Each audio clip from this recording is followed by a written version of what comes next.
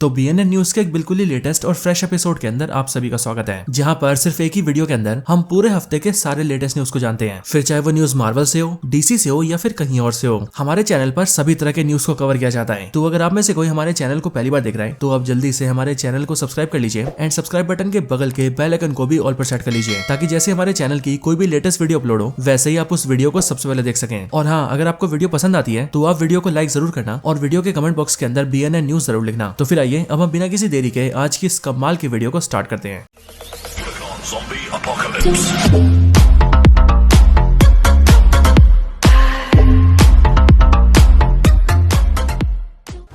तो चलिए सबसे पहले बात करते हैं मार्वल से डेडपुल 3 के बारे में। एंड अभी हाल ही में डेडपुल 3 को लेकर एक बहुत ही बड़ी न्यूज सामने आई है। तो आप सब इन्हें तो जानते ही होंगे, जिनका नाम करण सोनी है और ये एक इंडियन एक्टर है जो कि डेडपुल मूवीज के अंदर भूपेंद्र का रोल प्ले करते हैं। तो अभी कुछ दिन पहले इन्होंने डेडपुल 3 को लेकर ये बात रिवील कर दी है कि डेडपुल 3 के अंदर बहुत सारे बड़े बड़े कैमियोज होने वाले हैं और ये मूवी कई सारे बड़े बड़े सरप्राइजेस से भरी हुई है। सो अब यहाँ से तो यही बात समझ में आ रही है कि डेडपुल 3 में जितने कैरेक्टर्स के देखने के रूमर सामने आ रहे थे वो रूमर शायद से सच होने वाले हैं। इसके अलावा डेडपुल 3 को लेकर डिज्नी के CEO बॉब आइगर ने भी एक काफी बड़ा स्टेटमेंट दिया है और उन्होंने बेसिकली दुनिया के सामने ये बोला है कि डेडपुल 3, जिसका ऑफिशियल नाम डेडपुल एंड वुल्वरीन है, वो MCU के इतिहास की अब तक की सबसे बड़ी मूवीज में से एक बनने वाली है। और जिस तरह से काफी टाइम से मार्वल का डाउनफॉल चल रहा था, ये मूवी उस डाउनफॉल को भी खत्म करने वाली है। और वैसे देखा जाए तो जिस हिसाब से इस मूवी की हाइप है उसे देखकर तो अज्यूम किया जा सकता है कि ये मूवी बड़े आराम से स्पाइडरमैन नो वे होम के टक्कर की होने वाली है, या फिर शायद से उस मूवी से भी बड़ी। हालांकि अगर बात करें बॉब आइगर की, तो उन्होंने सुपर हीरो फटीग को लेकर भी एक बड़ा जवाब दिया है। अब आप सभी को तो पता ही होगा कि काफी टाइम से बहुत सारे लोग ये बोल रहे थे कि अब सुपर हीरो फटीग आ चुका है, मतलब कि अब सुपर हीरो फैंस मार्वल और DC की मूवीज देखकर थक चुके हैं। लेकिन डिज्नी के CEO ने ये बोला है कि उनके हिसाब से सुपर हीरो फटीग जैसी कोई भी चीज नहीं है और फैंस अभी भी सुपर हीरो मूवीज को देखना चाहते हैं। और रही बात उन सारी सुपर हीरो मूवीज की जो कि फ्लॉप हो गई हैं, तो उसका रीजन ये था कि वो मूवीज अच्छी नहीं थी। एंड फिर अपनी इसी बात को पूरा करते हुए उन्होंने ये भी बोला कि सुपर हीरो फैंस को इंतजार है तो बस अच्छी मूवीज का, अगर अच्छी मूवीज आएंगी तो वो उन्हें जरूर देखेंगे। और इस बात का एग्जाम्पल देते हुए उन्होंने ओपनहाइमर की भी बात की। ओपनहाइमर को लेकर उन्होंने ये बोला कि वो मूवी एक बहुत ही शानदार मूवी थी एंड इसीलिए फैंस को भी वो मूवी बहुत पसंद आई, इसीलिए सभी लोग उसे देखने भी गए। और इसी तरह से अगर मार्वल भी ऐसी अच्छी मूवीज बनाएगा तो फैंस उन मूवीज को जरूर देखेंगे। तो चलिए अब बात करते हैं एक्टर क्रिस इवांस के बारे में। तो आप सबको पता ही है कि एक्टर क्रिस इवांस MCU के अंदर कैप्टन अमेरिका को प्ले कर चुके हैं। तो इन्होंने अभी हाल ही में MCU को लेकर ये बोला है कि मार्वल की captain America the Winter soldier movie इनकी फेवरेट मूवी है। एंड इसके साथ ही उन्हें इस बात की भी बहुत खुशी है कि वो captain America the Winter soldier जैसी मास्टरपीस मूवी का हिस्सा रह चुके हैं। चलिए आगे बात करते हैं डकोटा जॉनसन के बारे में। तो सोनी की मैडम वेब यानी कि डकोटा जॉनसन अपने मैडम वेब कैरेक्टर से तंग आ चुकी है एंड उन्होंने मीडिया के सामने ओपनली ये बोला है कि अब वो आगे से मैडम वेब जैसी किसी भी मूवी के अंदर काम नहीं करेंगी। इसके आगे बात करें एक्टर कॉलमैन डोमिंगो की, तो काफी टाइम से इनको लेकर ऐसे रूमर सामने आ रहे हैं कि मार्वल स्टूडियोज इस एक्टर को कैंग के लिए कास्ट कर सकता है। सो अब इसी बात को लेकर जब इनसे क्वेश्चन किया गया तो इन्होंने जवाब देते हुए ये बोला कि वो MCU में कैंग को प्ले करने में बहुत इंटरेस्टेड है एंड इसीलिए अगर मार्वल उसे डील करना चाहता है तो वो उस डील के लिए बिल्कुल राजी है। तो चलिए अब बात करते हैं सैम रेमी के स्पाइडरमैन मूवीज के बारे में। तो सैम रेमी स्पाइडरमैन मूवीज के अंदर actress Kirsten Dunst Mary Jane को प्ले कर चुकी है और इनका ये मैरी जेन कैरेक्टर स्पाइडरमैन की तीनों मूवीज में होता है। सो अपनी इसी मैरी जेन कैरेक्टर को लेकर अभी हाल ही में उन्होंने ये बोला है कि जब वो अपने स्पाइडरमैन मूवीज के सेट के ऊपर होती थी तो वहां पर सभी लोग उन्हें गर्ली गर्ल बोलते थे, यानी कि जब भी डायरेक्टर, प्रोड्यूसर या फिर किसी सीनियर क्रू मेंबर को उन्हें बुलाना होता था या फिर सेट पर लाकर उनकी शूटिंग स्टार्ट करनी होती थी तो वो लोग बोलते थे गर्ली गर्ल को बुलाओ, गर्ली गर्ल को बुलाओ। और इस तरह से सबने मिलकर उनका नाम ही रख दिया था गर्ली गर्ल। सो इसी बात पर उन्होंने ये बोला है कि वैसे तो उन्होंने कभी किसी को ये नाम बोलने से मना नहीं किया, लेकिन उन्हें इस नाम को सुनकर बहुत गुस्सा आता था। चलिए अब आगे बात करते हैं MCU की आंट मे के बारे में। तो MCU के अंदर एक्ट्रेस नॉर्मन रिडीज आंट मे को प्ले करती थी, लेकिन स्पाइडरमैन नो वे होम के अंदर ही इनके कैरेक्टर को ऐड कर दिया गया है। लेकिन आप सब जानते हैं कि इसी साल वेनम 3 रिलीज हो रही है। सो उसके लिए अभी काफी लोगों ने गूगल के ऊपर वेनम 3 की कास्टिंग में एक्ट्रेस नॉर्मन रिडीज को देखा है, यानी कि इसी आंट मे को देखा है। एंड इसीलिए वेनम 3 की कास्ट में आंट मे को देखने के बाद ही सभी फैंस इस बात का अंदाजा लगा रहे हैं कि शायद से वेनम 3 के अंदर स्पाइडरमैन भी दिख सकता है। तो चलिए देखते हैं कि वेनम 3 के अंदर स्पाइडरमैन दिखता भी है या फिर नहीं। तो आइए बात करते हैं मार्वल की आखिरी न्यूज के बारे में, जहाँ पर एक खबर है डिज्नी की तरफ से। तो डिज्नी होम एंटरटेनमेंट 4 और बड़ी बड़ी सीरीज को ब्लू-रे और 4K में रिलीज कर रहा है और ये चारों सीरीज है मार्वल से Moon Knight, Falcon and the Winter Soldier, Star Wars Andor और Star Wars Obi-Wan Kenobi. And ये चारों की चारों सीरीज नए प्रिंट के अंदर 30 अप्रैल से स्ट्रीम होना स्टार्ट हो जाएगी। तो मार्वल से आज सिर्फ इतनी न्यूज थी। अब मार्वल के बाद चलिए बात करते हैं DC के बारे में। तो लेगो, जो कि सुपर हीरोज के ऊपर टॉयज और गेम्स बनाती है, उसने भी हाल ही में एक नए बैटमैन टॉय को रिवील किया है और ये बेसिकली एक पूरा टॉय सेट है जो कि बेस्ड है बैटमैन के गॉथम सिटी के ऊपर। एंड इसीलिए इस लेगो टॉय का नाम भी है Batman the animated series Gotham city. And इसीलिए इस टॉय के अंदर बैटमैन और उससे जुड़े सारे कैरेक्टर्स के टॉयज हैं। है। लेगो ने इसका रेट रखा है $299, यानी कि इंडिया के कुछ 24-25 हजार रुपए। और अगर किसी को ये टॉय सेट खरीदना है तो ये 4 अप्रैल से मार्केट्स के अंदर अवेलेबल हो जाएगा। चलिए इसके आगे बात करते हैं जैक स्नाइडर के बारे में। तो जैक स्नाइडर ने अभी हाल ही में बैटमैन को लेकर एक बड़ी बात कही है। उन्होंने बेसिकली बैटमैन को लेकर डीसी से ये बोला है कि डीसी का अप्रोच बैटमैन को लेकर ठीक नहीं है, और वो इसीलिए क्योंकि डीसी बैटमैन को कुछ ऐसे दिखाता है कि बैटमैन किसी की जान नहीं लेता। और जैक स्नाइडर के हिसाब से बैटमैन जैसे कैरेक्टर के ऊपर ऐसा कोई फालतू का रूल थोपना बेकार है, और ऐसा करके डीसी बैटमैन के पोटेंशियल को सामने नहीं आने दे रहा है। वैसे आप सभी जैक स्नाइडर की बात से एग्री करते हैं फिर नहीं, ये मुझे कमेंट्स के अंदर जरूर बताना। हालांकि अगर जैक स्नाइडर की बात करें तो उन्होंने बैटमैन के अलावा रेबल मून को लेकर भी एक बड़ी बात कही है। उन्होंने बेसिकली अपनी रेबल मून मूवी को लेकर ये बोला है, आप सभी को पता ही होगा कि जैक स्नाइडर की रेबल मून मूवी थिएटर्स में नहीं बल्कि नेटफ्लिक्स के ऊपर रिलीज हुई थी।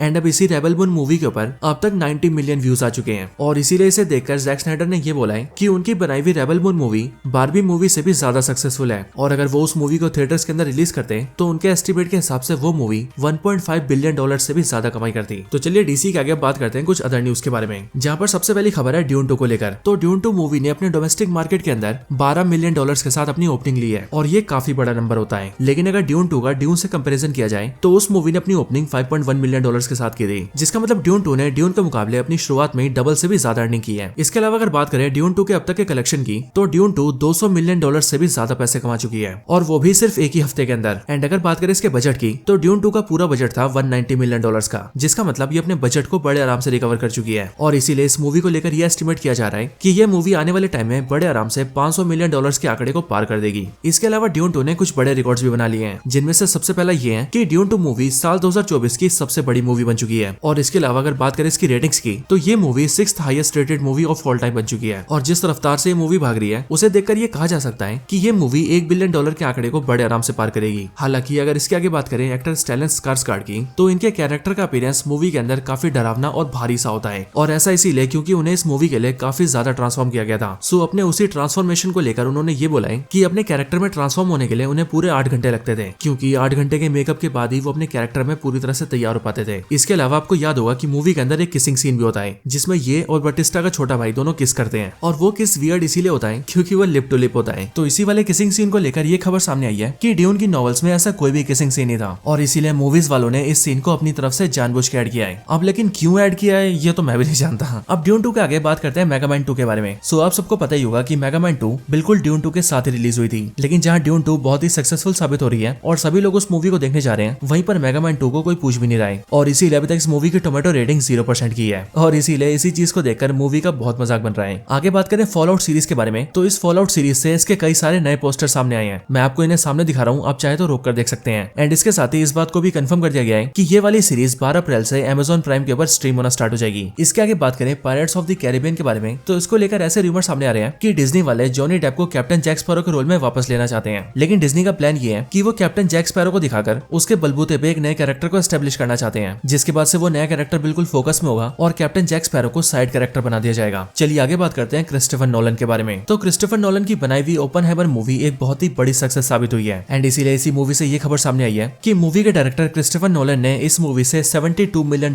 कमाए हैं, एंड एक डायरेक्टर के लिए ये नंबर बहुत ही बड़ा है। और इसीलिए इस फिगर के सामने आते ही क्रिस्टोफर नोलन उन डायरेक्टर्स में से एक बन चुके हैं जिन्हें किसी मूवी के लिए सबसे ज्यादा पैसे मिले हैं। इसके आगे बात करें कुंग फू पांडा 4 के बारे में, तो ये मूवी इसी महीने के 15 मार्च को रिलीज हो रही है, लेकिन इसी मूवी के को डायरेक्टर ने ये बोला है कि कुंग फू पांडा फ्रेंचाइजी को बंद करने का उनका कोई भी प्लान नहीं है, एंड इसीलिए कुंग फू पांडा 4 के अंदर पो की स्टोरी एंड नहीं होगी और उसकी स्टोरी को आगे आने वाली मूवीज के अंदर कंटिन्यू रखा जाएगा। वैसे अगर आप सभी को कुंग फू पांडा 4 की स्टोरी जाननी हो तो जिस दिन ये मूवी रिलीज होगी यानी कि 15 मार्च को, मैं उसी दिन इस मूवी की स्टोरी को एक्सप्लेन करने वाला हूँ। तो अगर आप लोग उस मूवी की स्टोरी को देखना चाहते हैं तो आप सभी हमारे चैनल को सब्सक्राइब करके बगल के बेल आइकन को ऑल पर सेट कर लें, ताकि जैसे उस वीडियो की नोटिफिकेशन आए वैसे ही आप उसे सबसे पहले देख सकें। तो आइए इसके बाद बात करते हैं इस वीडियो के आखिरी न्यूज के बारे में, जो कि काफी सैड न्यूज है। और खबर ये है कि जो ड्रैगन बॉल के क्रिएटर हैं यानी कि अकीरा टोरियामा, उनकी अभी कुछ दिन पहले 1 मार्च को डेथ हो गई है, और इसीलिए उनके जैसा लेजेंड हम सभी को छोड़ के जा चुका है। मैं जानता हूँ कि आप में से ज्यादातर लोग इस बारे में जान चुके होंगे, लेकिन इस खबर को आप तक लाना मेरा फर्ज है। तो चलिए अब इसी खबर के साथ हम हमारी वीडियो को भी एंड करते हैं। तो दोस्तों यही थी वीडियो इस हफ्ते के BNN न्यूज के ऊपर। आप सभी को वीडियो कैसी लगी मुझे कमेंट्स के अंदर जरूर बताना, और अगर आप सभी का कोई और रिकमेंडेशन हो तो आप वो भी मुझे कमेंट्स के अंदर बता सकते हैं। वीडियो पसंद आई हो तो लाइक करें, चैनल को सब्सक्राइब नहीं किया तो अभी कभी सब्सक्राइब करें, वीडियो को शेयर करना चाहते हैं तो ज्यादा से ज्यादा शेयर करें, एंड आप सभी इसी तरह से हंसते और मुस्कुराते रहें। मैं मिलता हूँ आपसे ऐसी किसी और बेहतरीन वीडियो में, तब तक के लिए गुड बाय।